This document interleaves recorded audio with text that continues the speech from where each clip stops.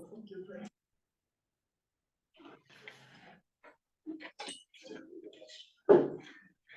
evening, everyone. It's 5 o'clock. I think we're ready to start. Welcome to the Clackamas Fire District 1 Board of Directors meeting. It's April 15th, 2024. We're here at Station 5, Mount Scott Station. At Clackamas Fire District, we're always here for you. We value our people and the people we serve. Our focus is establishing teams. Calling anyone tonight after you all studied up on that. Trust, empowerment, accountability, mindset, and service. If you're attending in person, please sign in on the sheet at the door. I call to order the regular monthly meeting of Clackamas Fire District's Board of Directors at 5 p.m. per ORS 192.610 or 192.690. Per ORS 192.650, this meeting is being recorded. The video recording of the meeting will be placed on the Clackamas Fire District website. So if everyone could please stand, face the flag, and join me with the Pledge of Allegiance. I pledge allegiance to the flag of the United States of America and to the republic for which it stands, one nation, under God, indivisible, with liberty and justice for all. Thank you, everyone.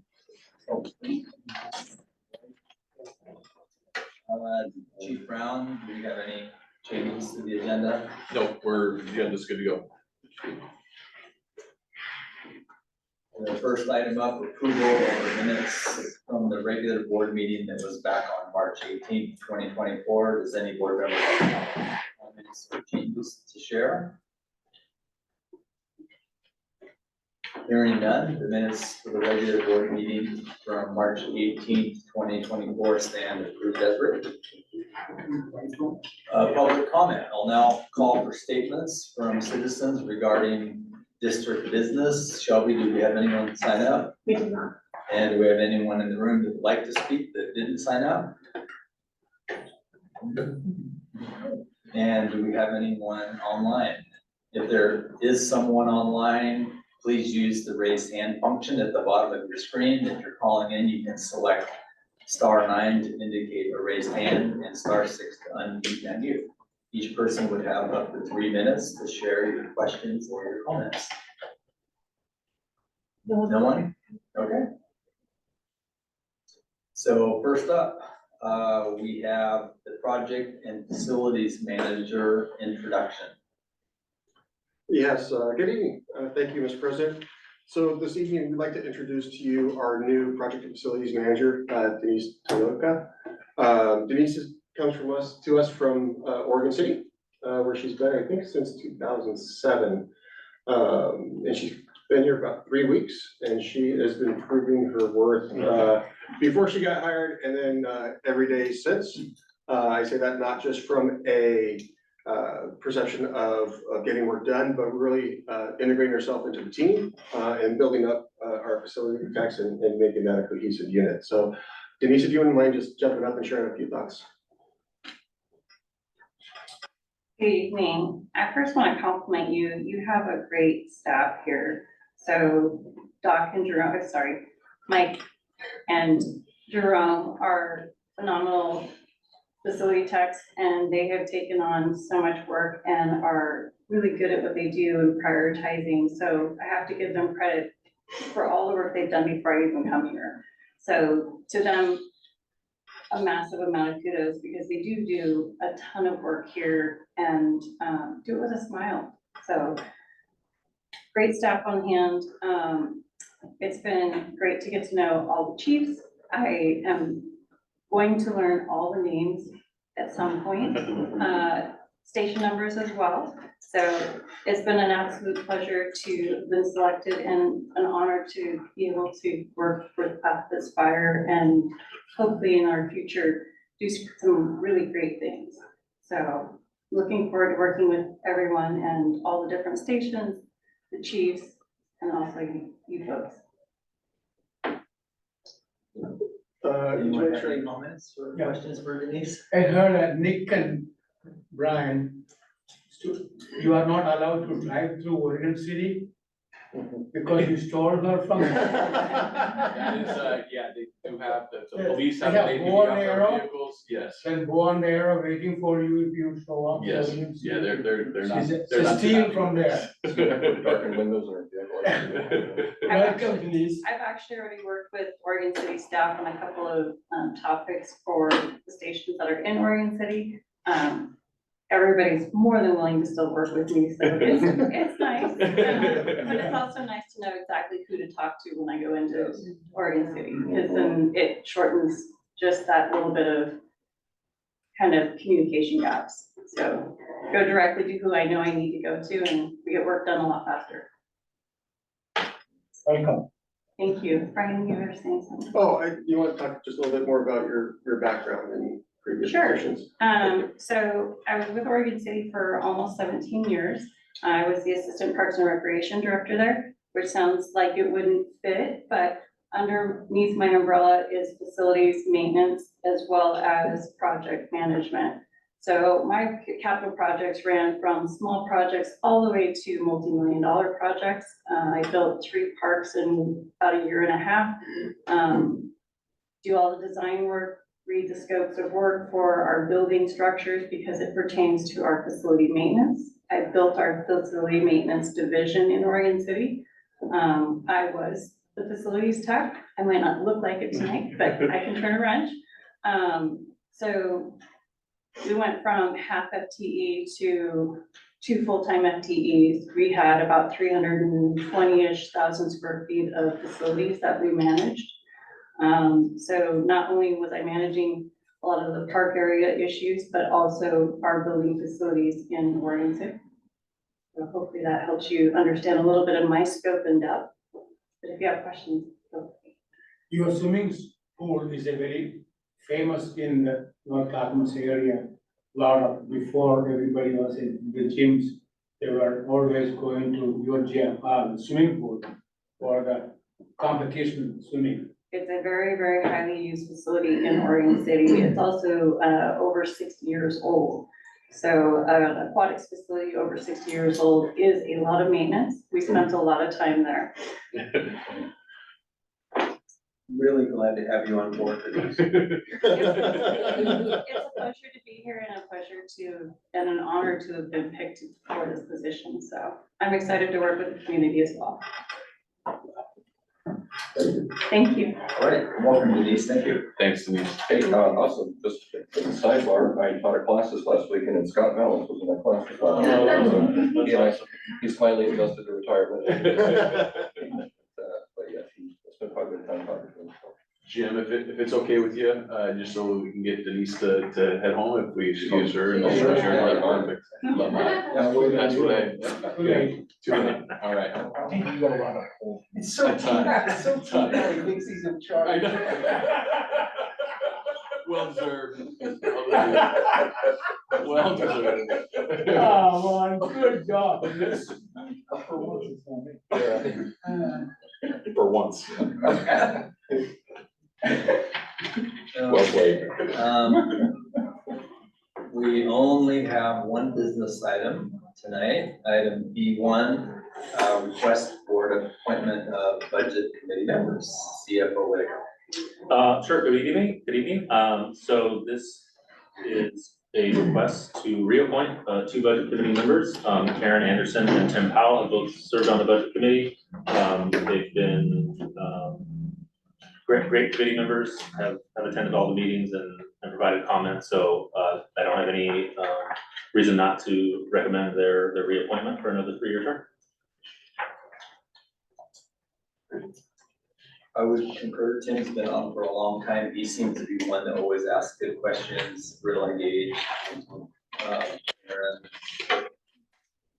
appreciate his law enforcement background, I think he retired, so he did many years, he was one of our old student firefighters back in around 89 or 90, so, but he went the other way.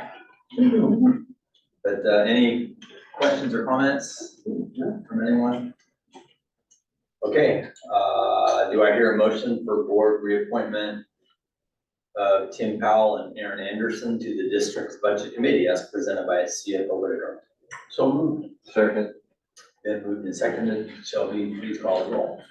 Jay, yes. Chris, Yes. Thomas, Yes. Marilyn. Yeah. Jim. Yes. Motion passes unanimously. Thank you. Other business, there will be one board committee liaison reports. We have two listed, Civil Service Commission, Director Oz. Our civil service meeting last week, they approved a couple of lists. I should have brought my notes because I forgot to. Lateral apparatus operator. Yes, a lateral apparatus operator and also a new job description for the training staff that were approved by the Civil Service Commission for implementation. The lateral AO is interesting. We've never done that before, but assuming we don't have, are we not getting enough firefighters to apply? We have too many openings? Yeah, the projections when we were looking at the levy last year, we thought somewhere with attrition would be in the 37 to 40 range for needing AOs. Over the last few years, we've just kind of trended that people coming into the organization really enjoy being firefighters. And we haven't had a huge turnout for the AO test. When we do, we promote the whole list. Case in point was we had 16 or 17 we promoted off the last list, and it was gone in a hot minute. So we're trying to just get ahead of it. So the lateral AO will be the first time we did it. Yeah. But yeah, we're looking at right now we're looking at 18 to 21 is the need, and we have a process in place right now that applications close on the 21st, and we're just getting ahead of it in case we don't have a good turnout on that. So. Yeah, interesting. Never done it, but if that's what we need to do, then we support it. Yeah, with Gotta have opening up, AOs. the plans to open up station 12 and 13 with the levy and attrition, and it seems like the fire chief's getting, more letters for retirements and all that. So this is just a good way to get ahead of the plan and actually have the plan in our back pocket.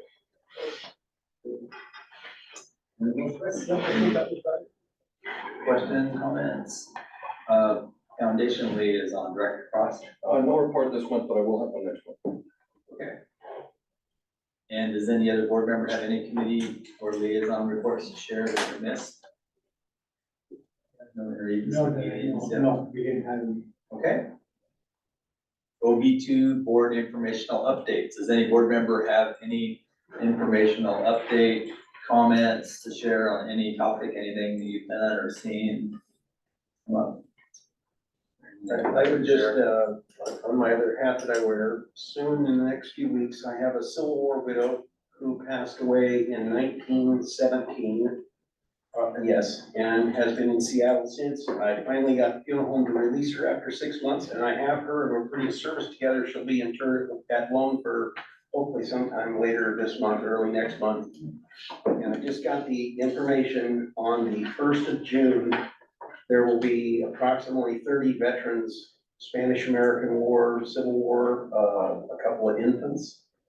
That will be in a special service at Willamette on a Saturday at 10 o'clock. They will be at the rostrum. It's a group that I've been advising. They call themselves the Friends of Forgotten Veterans. And they've been working with a large funeral home that has thousands of unclaimed remains. So there'll be that service on the 1st. So I will alert you when I have my Civil War widow ready, and she can't put her with her husband, since I've gotten everything Metro wanted done. When is the one in June? What date? June 1st. That's a Saturday. Yes.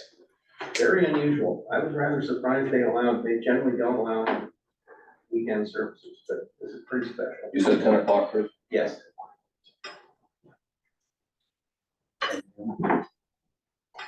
Thanks, Chris.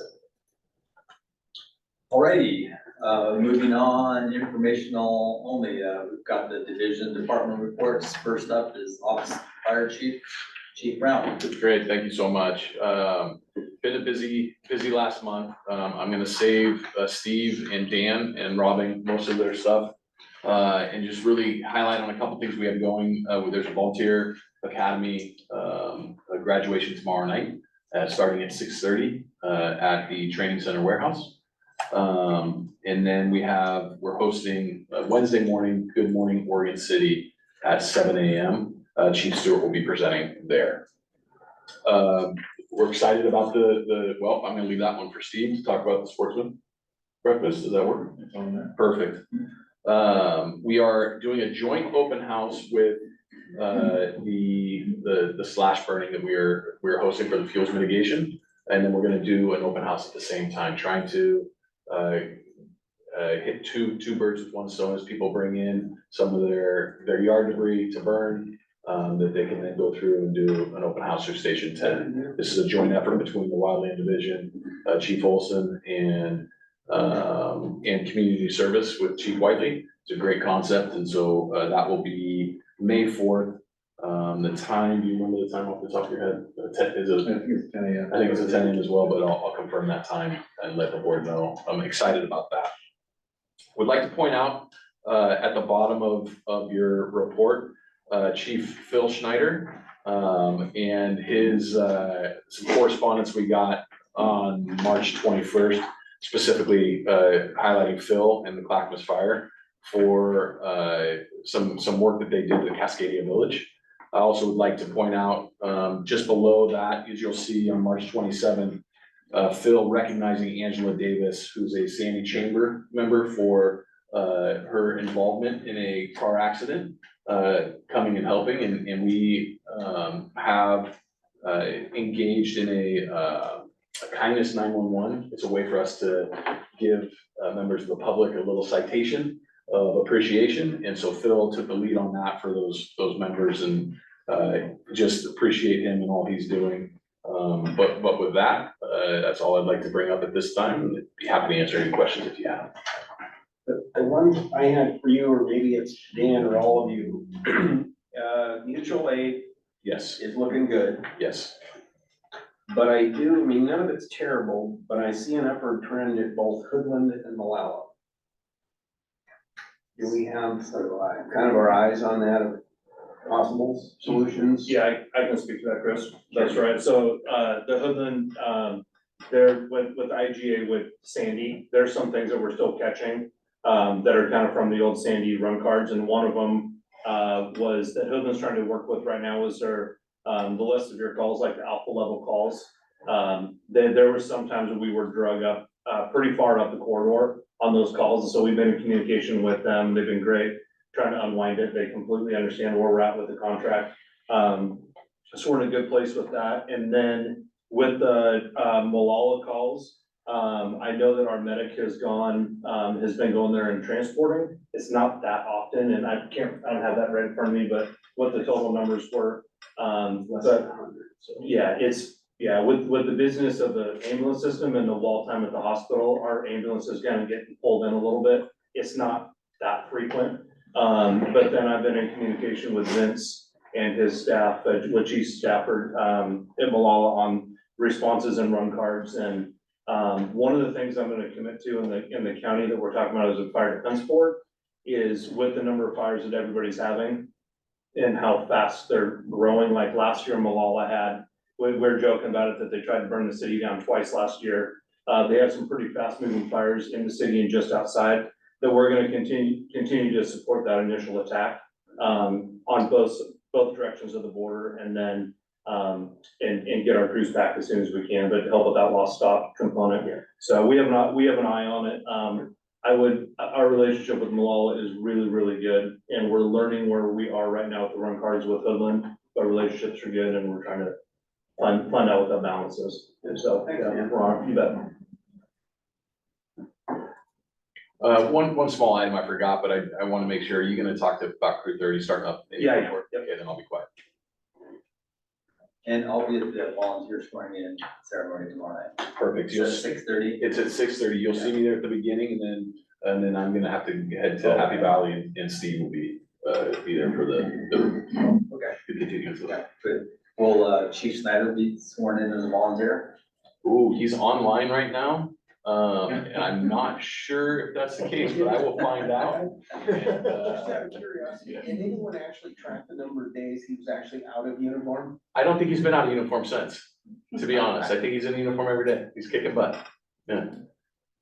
I kicked him out for like 2 months and he just came right back. He never left.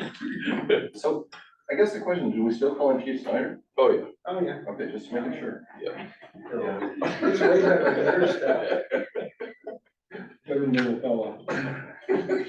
Little fella. Okay, the next report, Office of Strategic Services, Assistant Chief. Thank you. A few things to touch on tonight. From the IT side of things, we recently switched over our phones from using Verizon to using FirstNet. A variety of reasons for that, and including a significant cost savings, not from the phone side, but from the data side, and we'll get to that within the next phase. As well as a number of the services that they provide and the contractual guarantees that we have for support during incidents and service quality within the stations.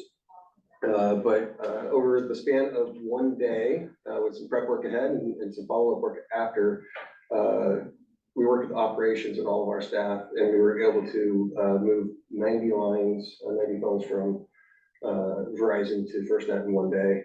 We had one phone that was not able to be ported over, but from everything I can understand from FirstNet and the implementers, that was a pretty remarkable feat. As part of that, we've moved to a mobile device management software called Mass 360, which provides us greater security on our phones, allows us to ensure greater consistency of how that phone looks and acts for the shared devices. Like if you go from one engine to another, the goal is that it's going to look the same, have the same applications on it. And it allows us to also manage those apps and just access to the devices as an enterprise.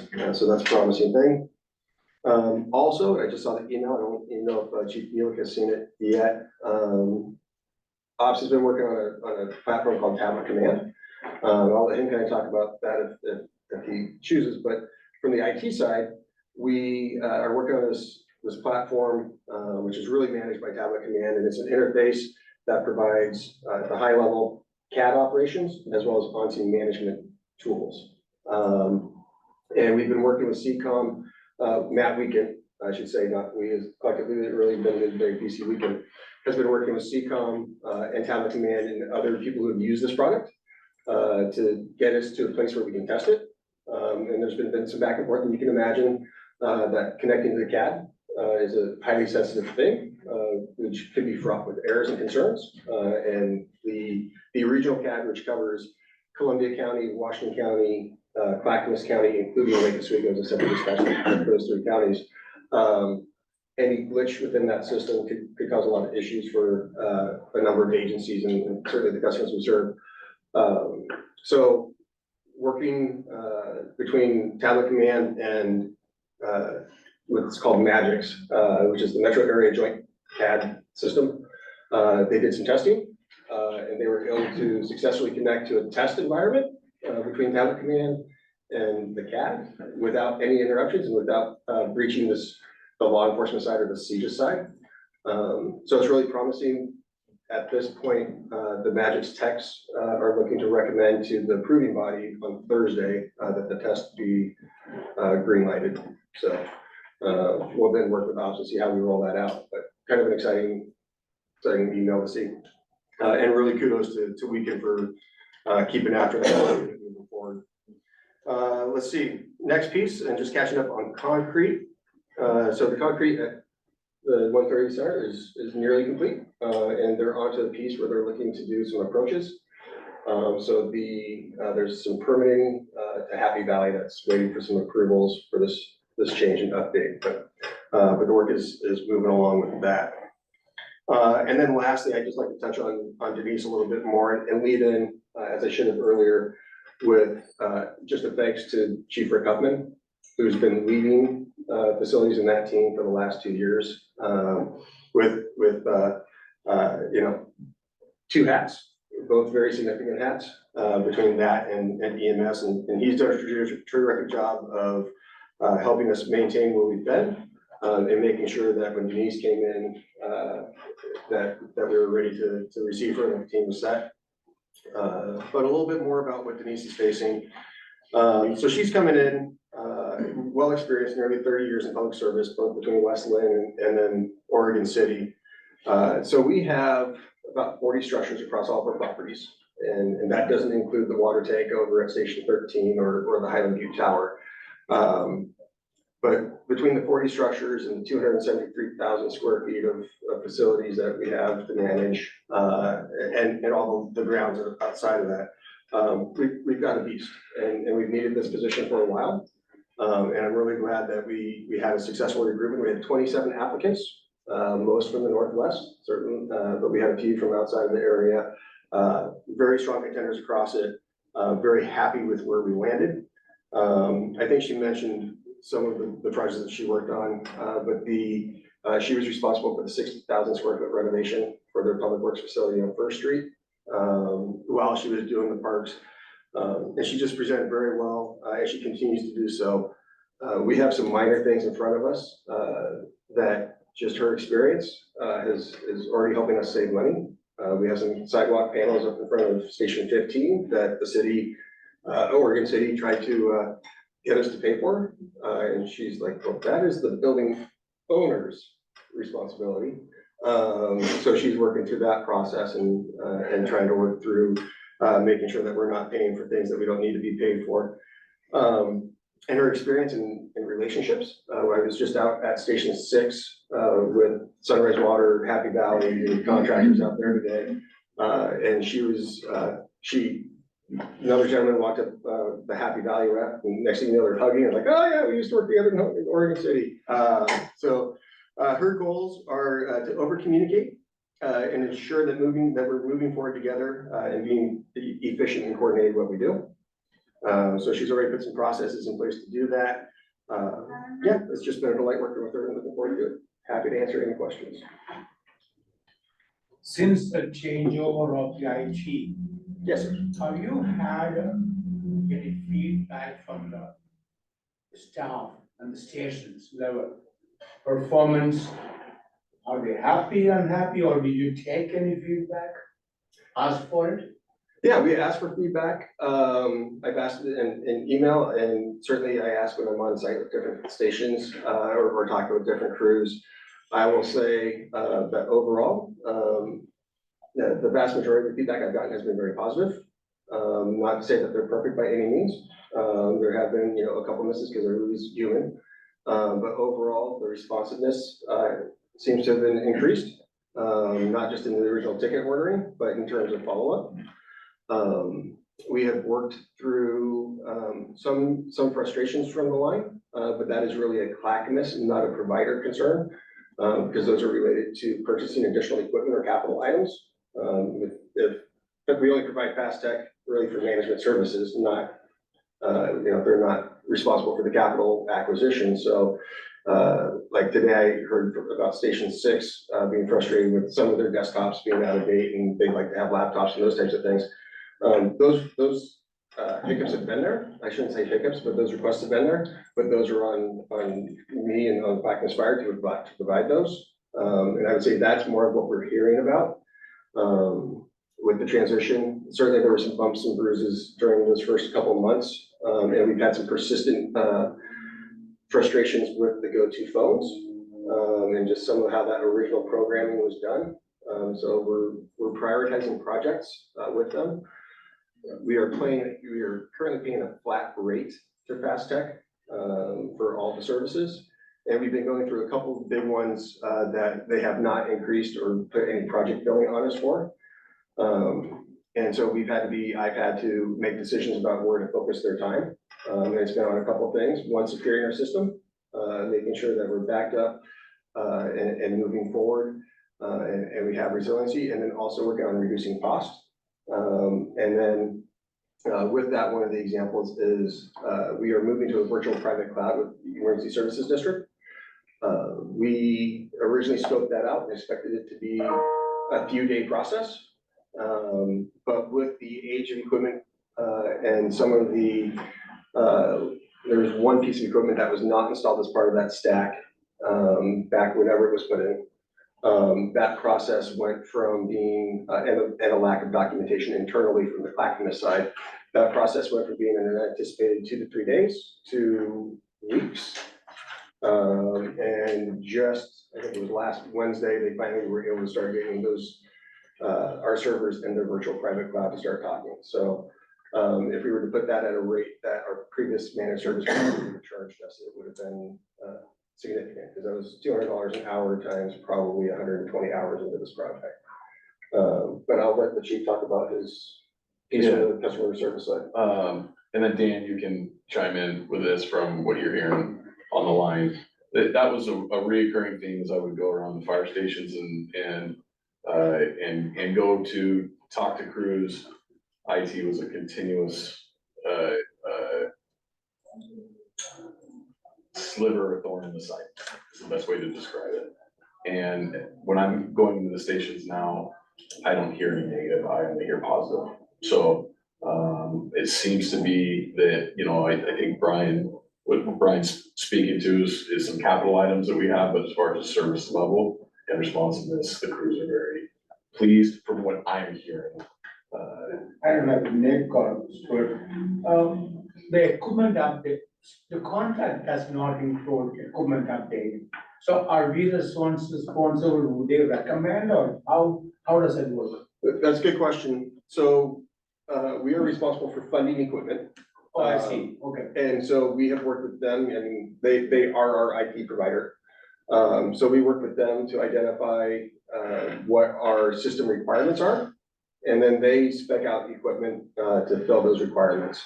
From a procurement perspective, they will provide quotes. Certainly they are a vendor of certain products. We also look at quotes from other vendors. And so we compare those before we make purchases and make sure that we're compliant with our purchasing requirements. But they are also helping us look down the road and do some planning and scheduling of opportunities to change how we do business. So they have some ideas on how we can modify our VoIP, voice over internet phone program. And we have about 2.5 years left on that contract before that changes. But they have some ways to reduce the number of lines that we can't implement right now because we have a minimum line charge. But they're looking downstream at our costs and how they can align those for us. When I was talking with the president a month ago at this point, last time we got together, he was disappointed that we weren't saving more money than we are. So I'm sorry, you were disappointed? that we aren't saving more money on a variety of things. So we're shoring up what we have. And we have some costs that we're incurring that will slowly roll off. For example, we're paying more for licensing for Microsoft than we want to, than they want us to. Unfortunately, we don't have server space today to do it, to take old accounts and move them off. Once ESD comes in, then we can slide those over and reduce our cost. But yeah, I think they've been a great partner, great discussions. And they worked with our previous vendor, TIG, and making sure we have good relationships there and are leveraging their experience with our system.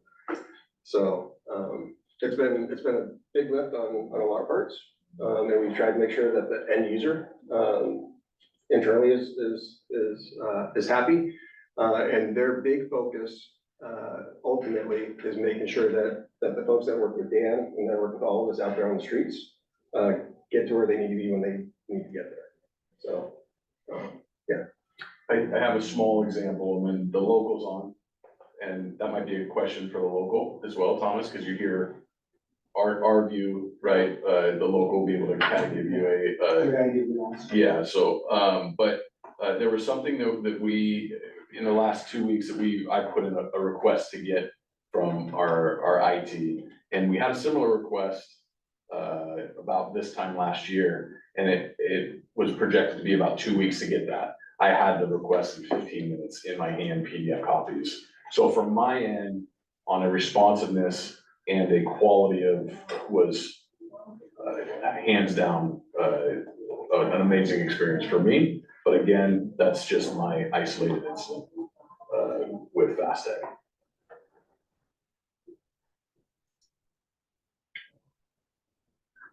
Anything else on the operations side, Dan, from that you've heard from about past tech? Yeah, no, it's been really quiet. Just gotta thank Chief Stewart for jumping in and helping with that transition, because I think that's been a key part and as fast as trying to learn the system, but no, haven't heard anything at all, and I hear about it.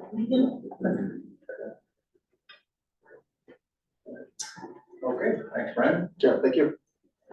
Next up, Office of Business Services, Assistant Chief Peters.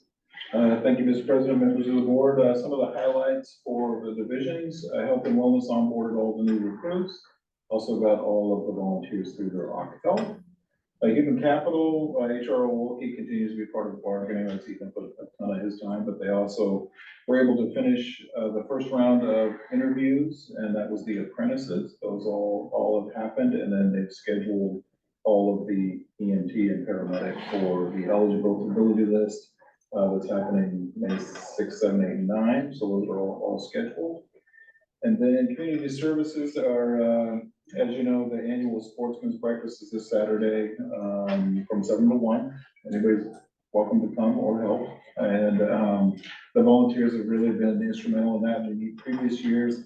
And we've partnered with Kiwanis this year, so hopefully that goes off without a hitch. We'll have several people out there to help. And maybe Joe will talk a little bit more about that. They just finished the next edition of the Siren, so that should be coming out shortly. That should be coming out for everybody to review.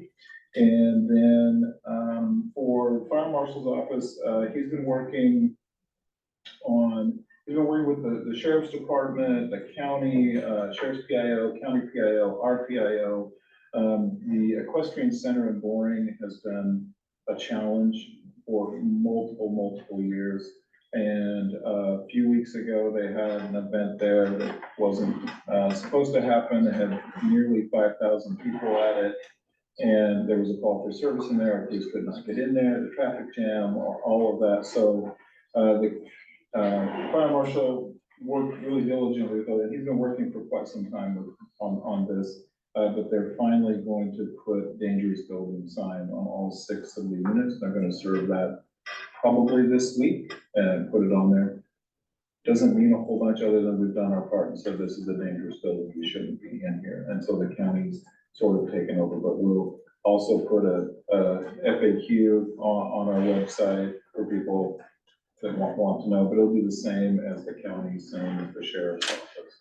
So they're working in tandem to make sure that the message is really sent out, but it's just not us being the bad guy, it's protecting the community. So happy to answer any questions. So does that mean if you make this dangerous building, does that also mean that if there's a fire in that building, we don't do offensive actions on the building? Or? That's pretty much what it means, yes. Are you familiar with that building, Vic? Oh, yeah. Yeah. So back when it was, Right in a matter of fact, a big arena. back when I was, well, in East County, we used to use, when we had an issue with a large animal, we used to use the vet at a facility. Oh, I got you. When they were in the Equestrian Center, when they were up and running. And so, yes, I know quite a bit about it. They have another event this Saturday. I believe that they're going to enter on Wednesday. Is when the county plans to go there. They're just not using it for its proper use. What event did they have there last Saturday? You know, it was a rodeo and a concert.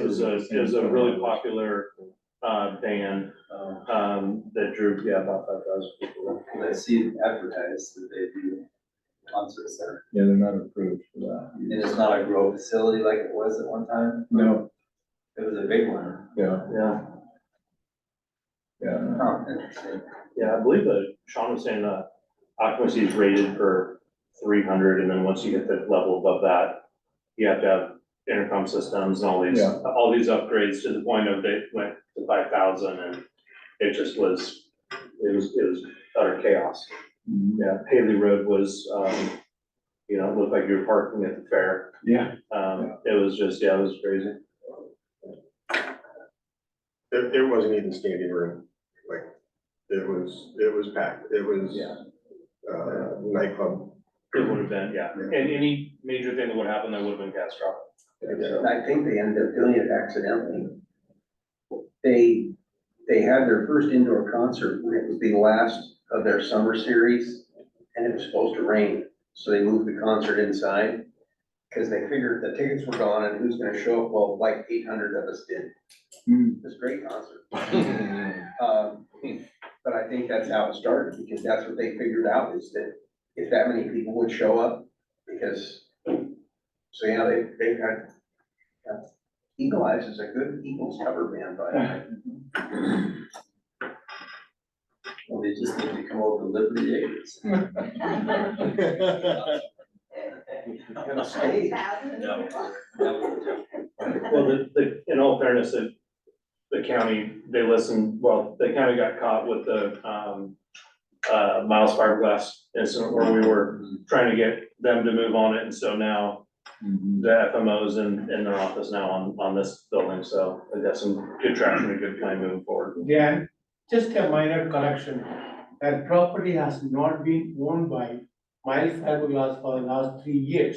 It was owned by the county. It was owned by the county, correct? But they have been labeled and they get phone calls All the time. all the time from the community. You let your property, and they have hard time explaining. And I was having lunch with the CEO and she said, the fire district, why is the fire district always saying Miles Fiberglass property?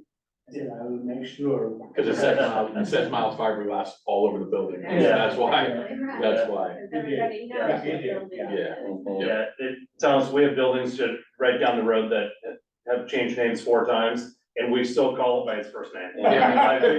We're not good at changing stuff, so ask anybody else to memorize EMS protocols. Yeah. They were talking about mostly about the news coverage. Yeah. Yeah, All was talking about Miles Yep. Fiberglass. yeah. Poor people. They are. So any follow-up questions for Chief Peters? Thank you, Steve. Next up, Office of Financial Services, CFO Mark Whitaker. Okay, good evening. Quick update tonight. The finance report is starting on page 10 of your packet. The one thing I'll share on that report tonight is our health plan expenses. Always a tricky topic to forecast and keep track of. We're actually seeing an issue right now with the delay in claims processing. I don't know if you've seen in the news, Change Healthcare, which manages a lot of the data transmission for claims and enrollment across various health plans. They were victims of a cyber attack. So we actually have hardly had to pay any claims over the last month, which just means that as we towards the end of the fiscal year and they get that situation fixed, hopefully we'll see a pretty large spike in claims most likely. So that's kind of messing with our ability to do some year-end forecasts of how that cost is trending. Otherwise, everything is still, on track. Revenues are continuing to be strong and on pace to where we want them to be, and same with expenses. Outside of finance, a couple updates. I've been working with benefits on creating a new open enrollment process for the district's healthcare at the end of this fiscal year for next fiscal year. So our goal is to utilize the district's finance software Munis, which has a module that will allow all employees to go in and sign up for the healthcare plan. So we're hoping to take advantage for that for the first time and streamline that process and utilize our existing technology. So I'm excited to roll that out in May. And then an update from Bill Bishop at Fleet. Just wanted to share a few items that March is the month when a lot of the fleet technicians go out and do their training and their courses. So they were busy doing that, and now they'll focus on the preventative maintenance for our fleet and the fleets that we contract with for the remainder of the year. And then also just that through fleet and communications, we've received and implemented some new smart chargers for our radio batteries, which will hopefully extend the life of those batteries and those radios until we can do a replacement for those. So those are my updates for this evening. Any questions for Mark? Anything regarding the budget? I just had a couple. Mark, I was noting the OT is still a nagging issue. Went to D shift and all those things, we were hoping it would help. Doesn't seem to be helping. Well, we're within budget.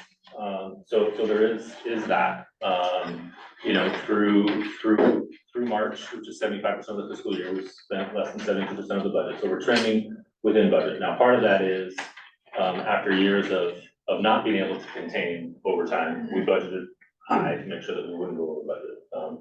So I think from a budgeting perspective, it's not as concerning because we budgeted for this year. So normally in the past, if we had excess revenue, we would need to use that to cover for overtime.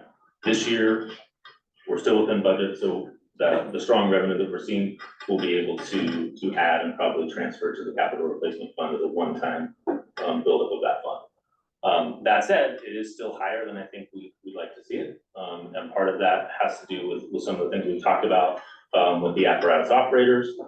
In general, we've expanded under the levy, adding positions before we've necessarily been able to hire all the positions that we need, right? And so what you'll see over the next year and a half is we'll still be growing under the levy, but not as fast as the first 5 positions we implemented, and that'll allow our staffing to catch up, so that we're not having as many vacancies each day that we need to fill with overtime. So the goal is that over the next 1 to 2 years, as we staff up, that number trends downward below. But we still have the legal rules and everything. We also speak to, I mean, a little bit of unanticipated what paid leave Oregon meant to the organization. Because I think Sure, that's I something think- that was outside of our Right, I think the other piece is, yeah, we have I'm seen, sorry, what's that? paid leave Oregon. Oh, we have seen an uptick in leave usage, related to paid leave Oregon, right? That's 12 weeks of paid leave that folks get off. And so employees utilizing that, leads to additional shifts we need to cover. don't we get reimbursed by the state? No. No, so we and employees pay a tax to fund the program, basically. And that pays the employees, part of the employee's wages while they're out on paid leave Oregon. But we don't get any reimbursement for their vacant shift that we then need to pay overtime for to fill, right? So that piece is where we're seeing the extra costs, in addition to the premiums we're paying for the. I actual went out of itself. business before that implemented, so I don't even know anything about that. I thought it was like a workman's comp, and you get compensated by the insurance. That's not the case. That would be sweet. That would be amazing. Ah. The only other question I have, Mark, is on the debt service. We're only at 20% of budget. Do we have a bond payment? Yeah, all of our principal payments are in May.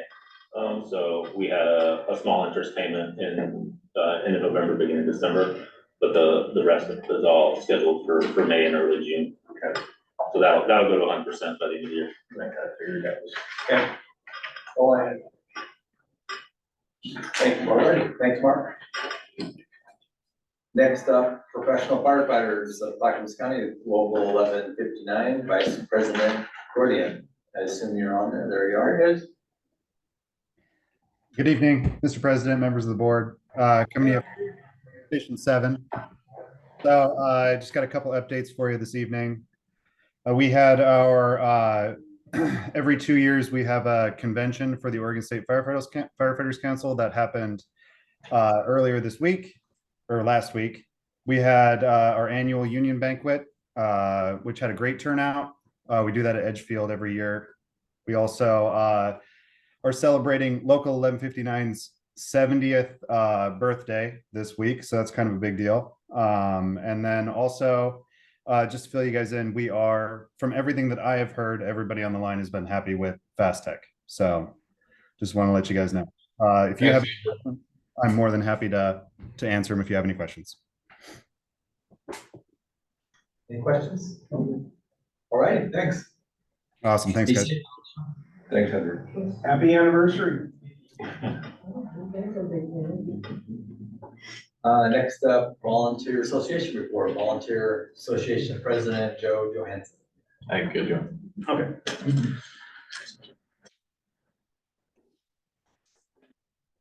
Hi, good evening, President Steering and ladies and gentlemen of the board. I want to start off with some information kind of following up with Chief Stewart with FastTech getting out to the Dover station, they actually got the Starlink set up, and they ended up installing a AT&T cellular booster for voice options also, and that's been working really well, so. Sweet. That was a nice surprise to walk in on and find someone I didn't recognize, and they explained what they're working on, and said, great job, thank you.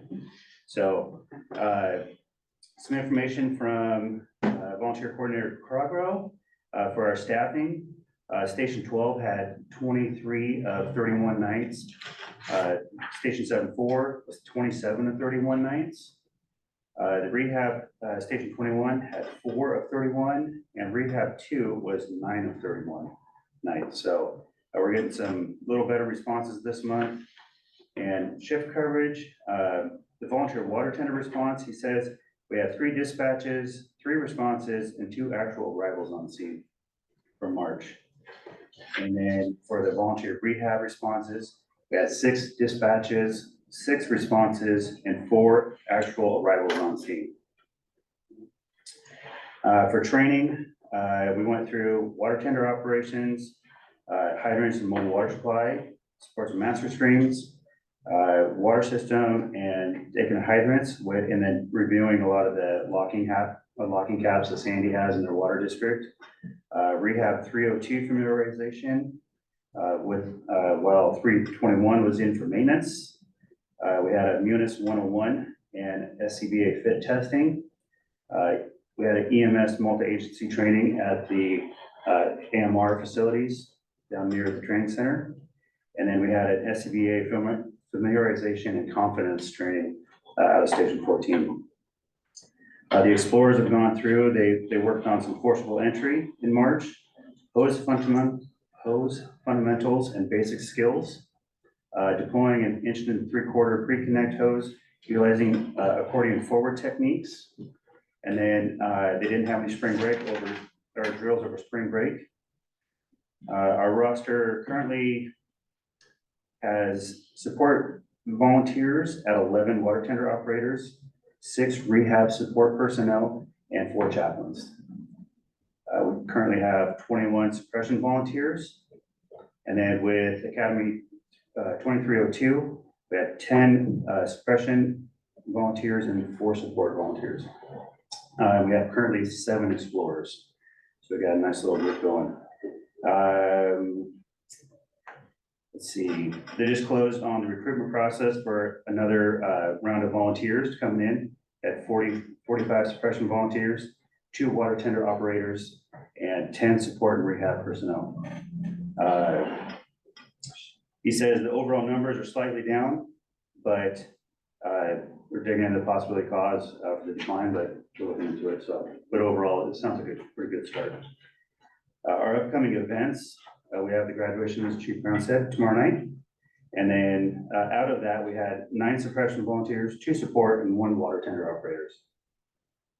And then coming up Friday night, we're gonna start setting up for the sportsman's breakfast at the Sandy Station 7-1. And then last Friday, we met up with the Quantians, and we got all the equipment and ready to set up for this Friday. And then we'll be ready to cook breakfast Saturday morning and be out there with the community. So that's everything I have for now. If you guys have any questions. Any questions or comments?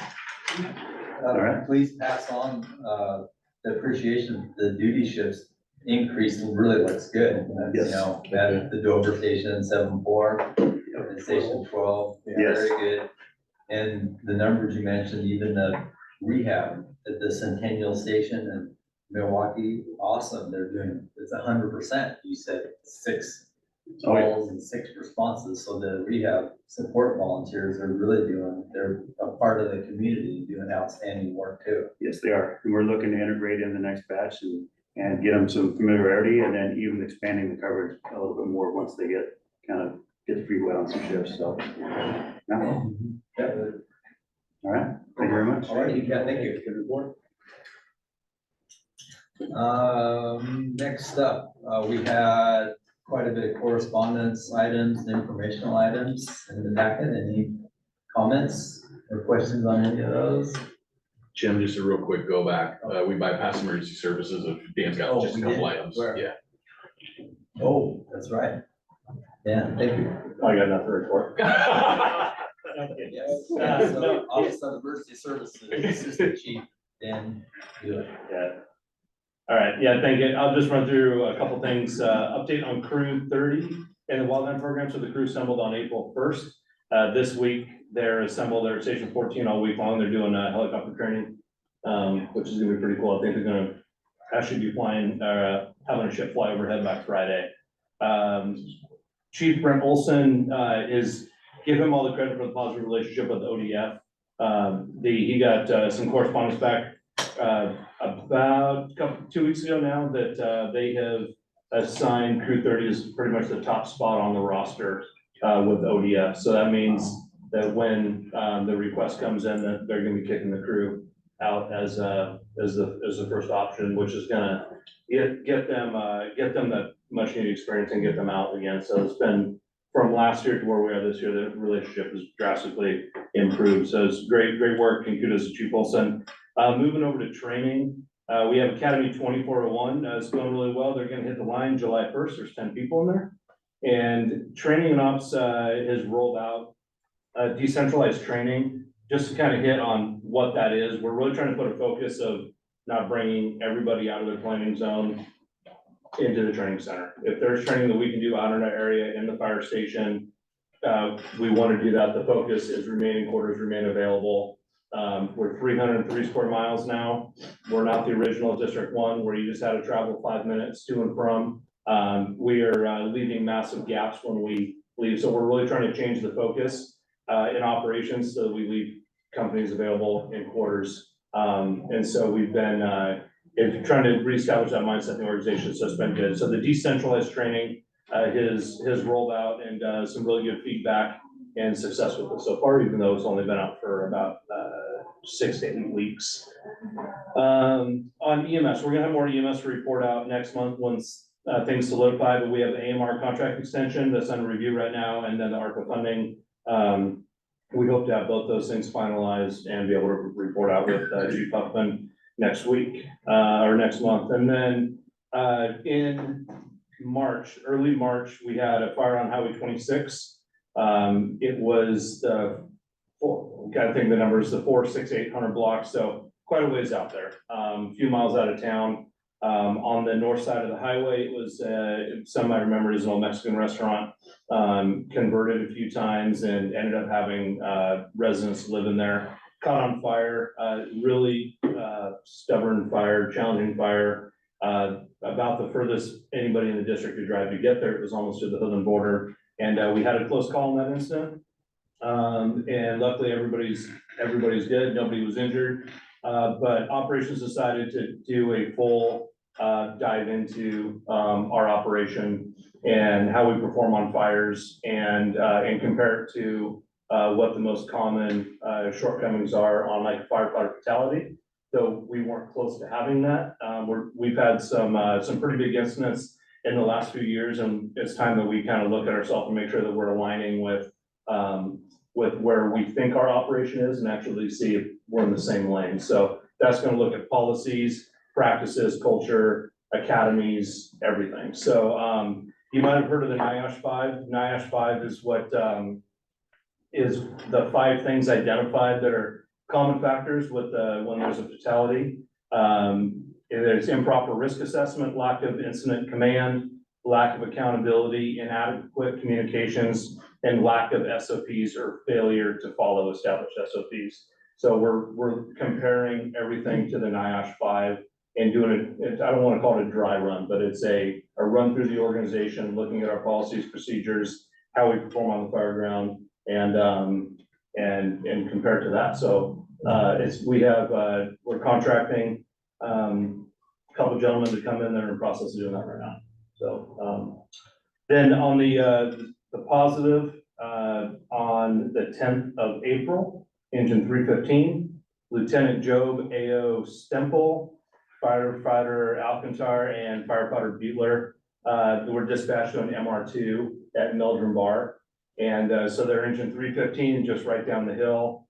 They arrived shortly after reports. I'm going to give you a couple times here. 8:34 at night. PD had eyes on a victim. Once that was en route information, at 8:36, engine 315 arrived on scene.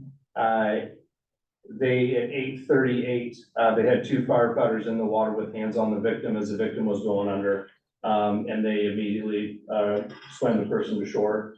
We had, AO Stemple and firefighter Butler swam out, donned life jackets as they were running down there. Firefighter Alcantara threw the perfect rope line right across, and they grabbed on and got pulled to shore.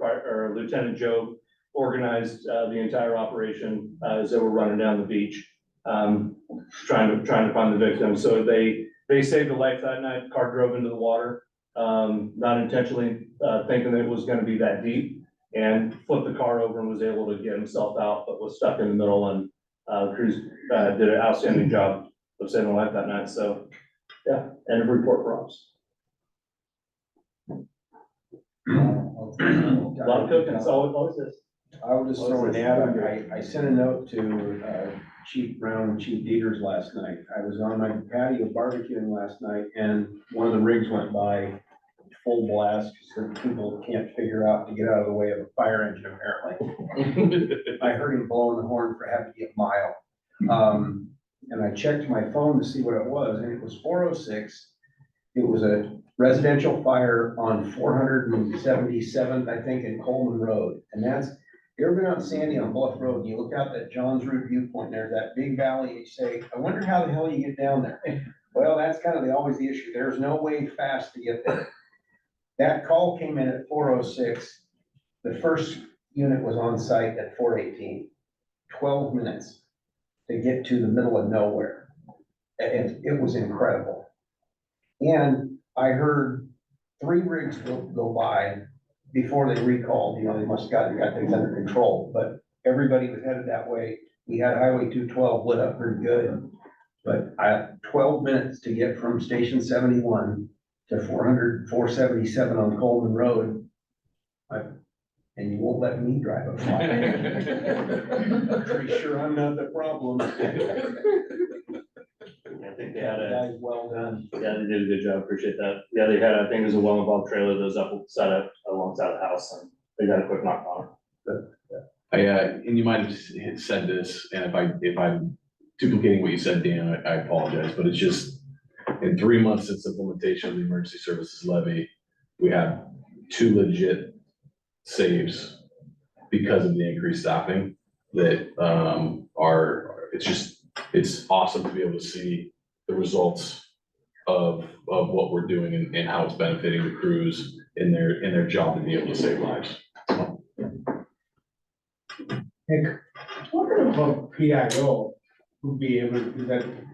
I don't know if it is legal or if it is within the policy to publish something like that in the media. Yes, there's supposed to be a story out today, and it might even be out now. They were doing a press See, release. those stories like that should be highlighting because of the, that's, because I got called on one day and I answered the same question. They said, you're talking like a politician. Yeah, well, if the shoe fits. I do know that the PIO division and social media were working on a press release. I believe their goal was by the end of the day today. It might be tomorrow before that story hits, but yeah, it'll be out there. Alrighty, so we got everyone in. Anything else that we missed? Anyone have anything to add? So the next board of directors meeting will be Monday, May 20th, 5 p.m. The meeting will be hybrid with the public invited to attend either by remote video conference or in person here at Station 5 on Causey Avenue. So the regular board of directors meeting is now recessed at 6:05 p.m. If you're attending in person, please make your way to the lobby. We'll be having an executive session after this, and we'll take a 5-minute recess or so. And we'll reconvene with the directors, and we'll be there at 6:10. So thank you, everyone. I just. No, that's okay. Oh,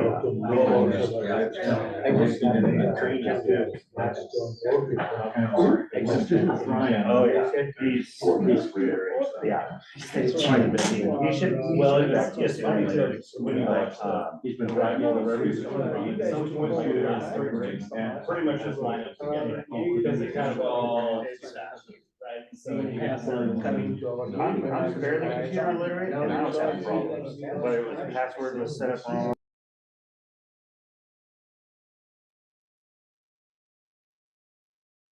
Nope, not that one. Winter.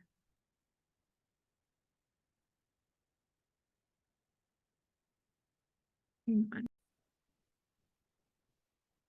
Should be good to go. She didn't say recording. Yeah, it didn't say recording on the, It's recording now. is it? Okay, perfect. Oh, okay. Yeah. Usually Perfect. her voice says it. I know. The regular board of directors meeting will now reconvene at 7:45 PM. In the executive session, no decisions or actions were made. Post-executive session, we have one more business item. Item B2, request board approval of the fire chief contract. Does any board member have any questions or comments to share regarding the fire chief's contract? Director Wall. Thank you.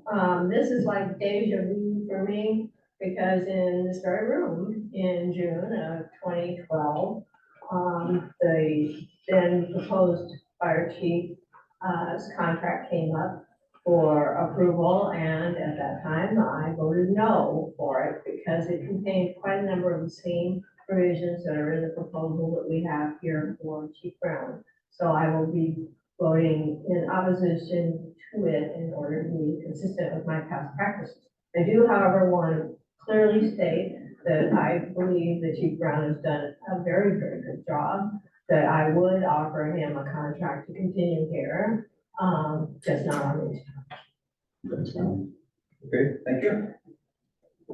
Any other director have any comments to share? I would move we approve the fire chief's new contract as presented. I'll second that. Okay, it's been moved and seconded to approve the fire chief's contract. Shelby, please call the roll. Jay, Yes. Chris, Yes. Thomas, Yes. Marilyn, No. Jim. Yes. Motion passes 4-1. Thank you. Thank you. Thank you, chief. Thank Keep you. up the good work. Doing outstanding work. Thank you so much. Unless anyone has anything else, we're good. The regular board of directors meeting will now be adjourned at 7:48 PM. Cool. Thank you.